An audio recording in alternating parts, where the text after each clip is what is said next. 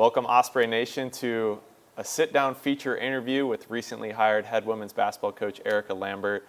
Great to have you guys here to get an inside peek at Coach Lambert and get to know her a little bit. Erika, it's been a whirlwind, I'm sure, for the past 10 days or so, but give your best summary. Just introduce yourself and where you're coming from. Yeah, it has been a whirlwind, but it's all been really exciting, and I'm really grateful to be here. I've been in Abilene, Texas, the last 8 seasons. I was the associate head coach at Abilene Christian and won a lot of games there. Before that, I lived a couple different places in Minnesota and Ohio. Did some coaching there while my husband was in residency, but originally our family unit is from Charleston, South Carolina. So I started my coaching career at my alma mater at College of Charleston and coached at Charleston Southern University in the city as well. Our daughters were born there, so Charleston's home, and to be in Jacksonville, just about a 4-hour drive from there, is really appealing. So we're close to family and feel like we're coming home to the beach, so that's pretty great. Yeah, it's definitely a great location to choose, and you've made roots in a lot of areas, but talking about this past week for you since you were hired, just go into what that's been like and who you reached out to, and just share some experiences from this past week since getting your first head coaching position at the Division I level. Yeah, so I'm fortunate to have lots of friends in the coaching business who've walked through this before me and prepared me for just how overwhelming it all can be, and it's all good. It's a good overwhelming. I think some of that is just being overwhelmed with everyone reaching out from North Florida, and I was really just taken back by the way that the community has already welcomed me, and I feel like my family will be welcomed here with open arms too, so that's been pretty great. As far as my to-do list goes, I've just been on the phone pretty much nonstop, talking with potential recruits, trying to fill out our roster for this coming season and for years to come, really. Getting on the phone with AAU coaches and high school coaches, that's been really important, but also trying to hire a staff. Because I want to have good people in my corner, and I'm really excited about this team, and I want them to be led by the best. So those are the 2 main priorities for the last week and a half, has just been recruiting staff and recruiting players. But the most important thing is connecting with our current team. So I had a chance to get on FaceTime with all of them before I was able to get to Florida, and we had some one-on-one conversations, which were really good, and had our first team meeting today. So yeah. I've just kind of hit the ground running. Yeah, you mentioned it. I was going to bring that up. What is some of the stuff that you've done today so far? And, first impressions. We're here in the Bank of England suite. I was telling you the little history of that. Yeah, what are some of your first impressions here? I've just been really impressed with everything. When you're here for an interview, it's a completely different setting. But this morning when I walked in, I just had to stop for a moment and look around and realize, like, this is my new home, and I'm really excited about it. So everything's been first class, taking care of media, and the players on the team were really welcoming today, and we got to talk a little bit in our team meeting, and I had fun getting on the court with them just for a basic first workout. But yeah, I'm excited to do more of that with them. Yeah, having basketball be part of your life, forever, and having this path through Division I as an athlete and seeing your life unfold for you. What was that feeling like when you found out, this is going to be my first opportunity and it's at the Division I level? Like, what was that like to you as a person? I was just grateful and excited. I feel like I have worked toward this for several years while also just being, blooming where you're planted. As an assistant coach, you just try to be the best in your current position. But this has been a goal of mine for a long time, so it's really a dream come true. And when I got the call from Nick Morrow that I was being offered the job, I was at the women's Final Four in Dallas, and the first thing I did was call my husband. He was there in Dallas with the kids. They were at Turney Town, having fun over there, but was excited to share the news with him. And then I called my high school coach too, and we talked about this opportunity, and I think, it says a lot that that's somebody that I still rely on and still want to celebrate things with and ask for advice from. My high school coach, Pat Bassett, he's a Hall of Fame coach in the state of New York. I grew up in upstate New York and learned pretty much everything that I knew about basketball from him. So that's the type of relationship that I want to have with my players down the, as the years go on and down the line too. Yeah.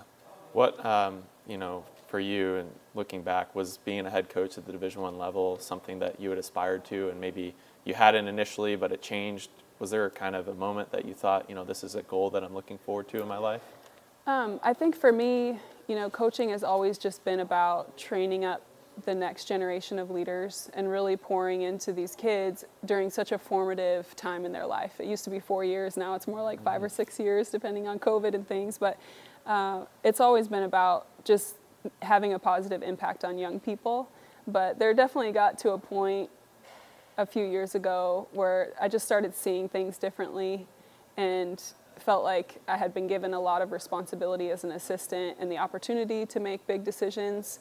And I feel like leadership is just always been my inclination anyway. So yeah, a few years ago, I decided I really want to be a head coach and lead my own program. And so it's really nice to see that just come to fruition here at North Florida. What are some of those proud moments for you? I'm sure there's a lot to choose from, and to boil it down, obviously, and personal moments and achievements along the way. But as a coach, what are some of those moments, whether it's at Abilene Christian or, as an assistant at Charleston Southern, even as a Dobo? What are some of those ones that stand out to you? Oh, man. I have so many great basketball moments in my career. I think, first of all, I just enjoy coming to the gym every day.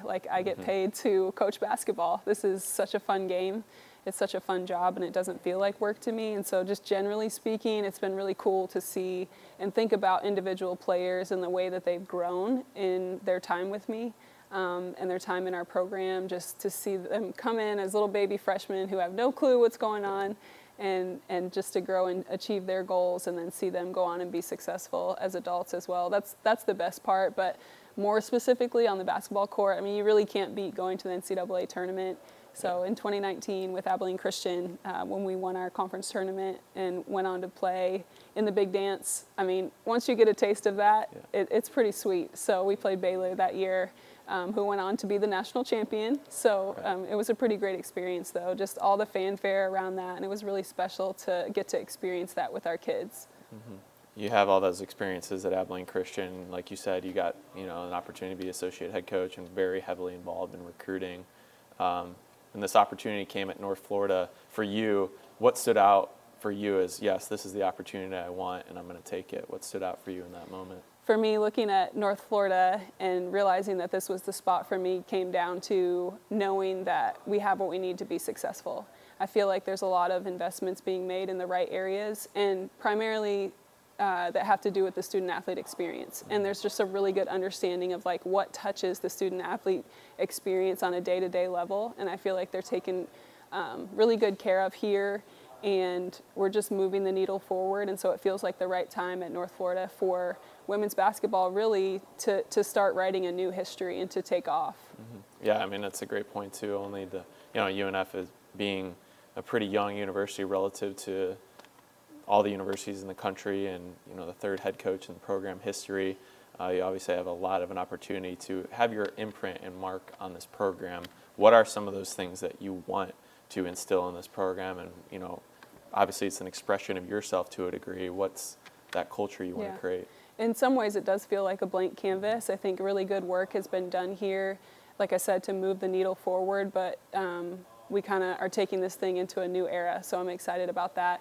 And I had a chance to talk with our players today just about the difference between what it looks like to be average and what it looks like to conduct yourself with championship mentality and a championship behavior. And so, I mean, we were getting down to the nitty-gritty of, what you eat and how you sleep and how you handle academics. There's so many different areas. Before you even get out to the basketball court, there's so many ways and different spaces in their lives every day where they need to carry themselves like champions if we're going to get this program to where we want it to be. So, I'd like to be in a spot where we compete in the top 3 of the ASUN every year, and where we have a chance to compete in postseason play, because again, I've experienced that as a coach. I really want these kids to get to do that on a regular basis. It's not going to happen overnight. I think you have to be willing to trust the process and put the work in and really take a good evaluation and examine every single aspect of the program and figure out, how can we improve this? And that goes for me as a coach too. Sure, and we're in April right now, and as we mentioned, there's a lot that goes into becoming a head coach apart from the job. Of course, having a family and bringing them from Texas and everything. But, to boil it down for you as a coach now in this new position, what are some of those key goals for you over the summer and the rest of the spring before, practice starts up in September? Sure. Yeah, so a big part of our success will be offensive efficiency. And so we'll spend a lot of time on the whiteboard, looking at shot charts, studying film, a lot of off-the-court time learning about what we want to do basketball-wise, and making sure that we are speaking a consistent language, that we understand what good shot selection looks like, what it means to score efficiently. Ultimately, I want to score 75 points a game, and so we've got some improvement to do in that area. And it's going to mean that some players are going to have to sacrifice and put aside what they're comfortable with for the good of the team. So this summer, one of my big goals is to make sure that we're clear on what is the system, what are we looking at, how are we going to get to that 75-point mark. A little bit about Erika Lambert, about yourself, about your family, just some of those basics, where hometown, what you majored in. Yeah, so I grew up in New York, and typically when I say that, people envision bright lights and big city, but my town, Mansfield, New York, I think if you look it up, the population is about 400 people. It's that kind of place. Yeah. So really rural, farm country, just working class folks. I went to South Jefferson High School, had a really supportive environment there, but it wasn't huge on athletics.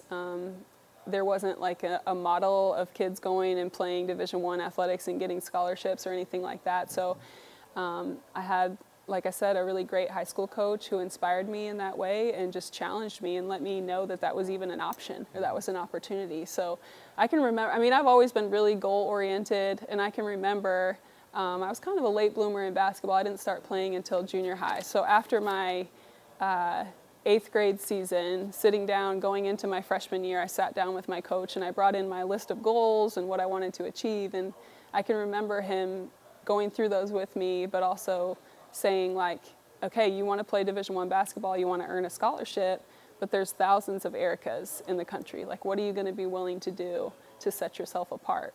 And he challenged me like that all through high school, and that really was like ultimately what led to me understanding how hard I had to work to be able to come to this level. So first generation college student, I loved my experience at College of Charleston. As a player, I was very defensive minded, which is kind of interesting because as a coach, I'm definitely more offensive oriented, but obviously just like to play at both ends of the floor. I love to block shots in college. That was kind of my thing.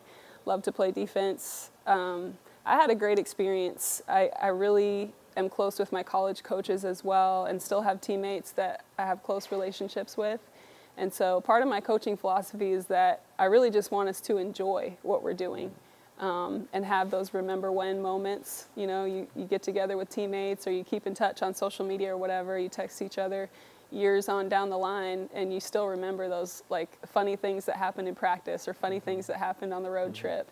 And I had all of that at College of Charleston, so I want that for my players too. Yeah, of course, as an SID, looking at the numbers, I got to dig for bios and find out that statistics, setting a single season record in blocks is pretty impressive. You talk about that being an offensive-minded coach. Was there a player or was there somebody that you grew up kind of admiring or, looking at as, somebody I want to play like or modeled your game after? Yeah. I don't know about modeling my game after, but my favorite player of all time back then when I was falling in love with basketball as a junior high kid and still today is Tamika Catchings. So watching her play on Pat Summitt's teams at Tennessee, they had a thing back then where I think it was just like the hardest working player basically got awarded this blue headband. So she wore the blue headband. The headband got passed around. I guess it was the same headband. Seems kind of sweaty and gross. But anyway, they passed around this headband and it was an honor. So you knew the person who was wearing it that week was awarded this team honor from the last week. And she always had that headband on. So yeah, Tamika Catchings, she's just a tough player and really the one who I was watching when I fell in love with the game. Yeah. Were you one that was watching all the games, or were you more of I want to just play, or some people they'll watch anything, everything that's on all the time?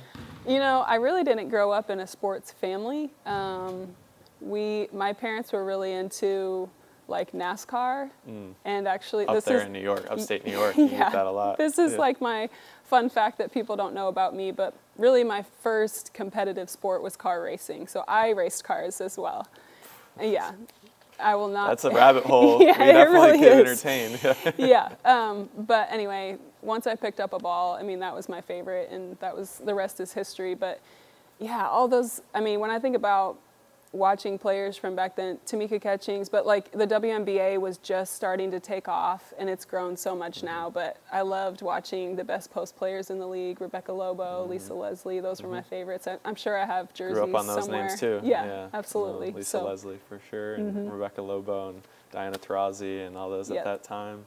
Yeah, as far as personally, I know you have your mom as well, a wife. You know, just go into that part of your life too, because obviously that's a huge task and undertaking as a head coach, and there's a lot of effort you put into that. Sure. I know talking to Coach Wyckoff as well, and getting that from her. So being a parent in college athletics, in any role in college athletics, and being a mom or dad is really hard because our hours are super unconventional and it's very busy. You just don't work, you know, your lifestyle is not the same as all the other school parents. But I think it's really cool too, and for everything that we sacrifice, there's a really unique benefit too for families around college athletics, and it's such a neat atmosphere for kids to grow up in. So my daughters Ava and Maya they both have birthdays this week. They're turning 12 and 10, and so they've grown up in the gym and around college athletics, and they think that my players are their big sisters. I mean, it's really cool for them, the places they've gotten to go and the things they've gotten to see because of, you know, their mom in college athletics. So they do have to deal with me traveling and being gone a little bit, but I think there's some really cool benefits there too. And my husband, Paul, is super supportive. He just gets it. I think you can't be a successful college coach with a family unless you have a spouse who really understands the grind and everything, but I mean, he loves to be in the gym too. Is there anything, you know, you want to share about yourself, or, you know, anything you want to give as a kind of a blanket as who Erika Lambert is to people? I mean, there's going to be plenty of opportunities, of course, over the next month and year. But, you know, anything we want to close with or mention? Yeah, I mentioned I'm just super grateful for this opportunity. I have a lot of goals already for myself here and for my growing coaching staff, and you know what we can look forward to as a program. But I think in all the excitement too, I've just tried to stop and remember all the people who helped me get here. I have a lot of people I want to thank, but my mom and my grandmother, you know, were really the primary drivers of my pursuit of college athletics. Just to begin with, I think anybody who's played travel ball in whatever sport or whatever, and you become a grown-up and have your own kids, you realize, like, how did my mom drive me to all those tournaments and all those practices? And you know, she and my grandma came to so many of my games at College of Charleston, even though they were traveling from New York. And so I really want to just shout out my hometown and my home community at South Jefferson. They've always been really proud of me and supportive, even though, you know, I've been away for a long time. And so especially now, just getting to hear from all those people congratulating me on the head coaching job is really special. I don't take that for granted. Yeah, and like I mentioned, I played for great coaches. So Coach Bassett and Coach Wilson, Coach Elmore, those are the three big basketball coaches for me, but I've had so many others too, Coach Storms and Coach Burgess, just people who have poured into my life. And it's not a small thing. You know, we know that coaches can have a huge impact. For me, I remind myself of that when you get into the grind and the busyness of every day. But, you know, I just think about the coaches who made such an impact on me, and I think about them often. So definitely want to thank them for the part that they played in getting me here. Sure. Yeah, I mean, it's so difficult to always remember every single person and, you know, the busyness of it. And I'm sure your phone was, you know, unreal after getting hired and trying to sort through it. So we appreciate you. There will be some back and forth for a while, but we're looking forward to getting settled in Jacksonville. Yeah. Yes. Well, thanks again, Coach Lambert. Got a chance to get to know you today, but really looking forward to continuing to getting you out there and welcoming you to the North Florida and Jacksonville community. Thanks, Brock.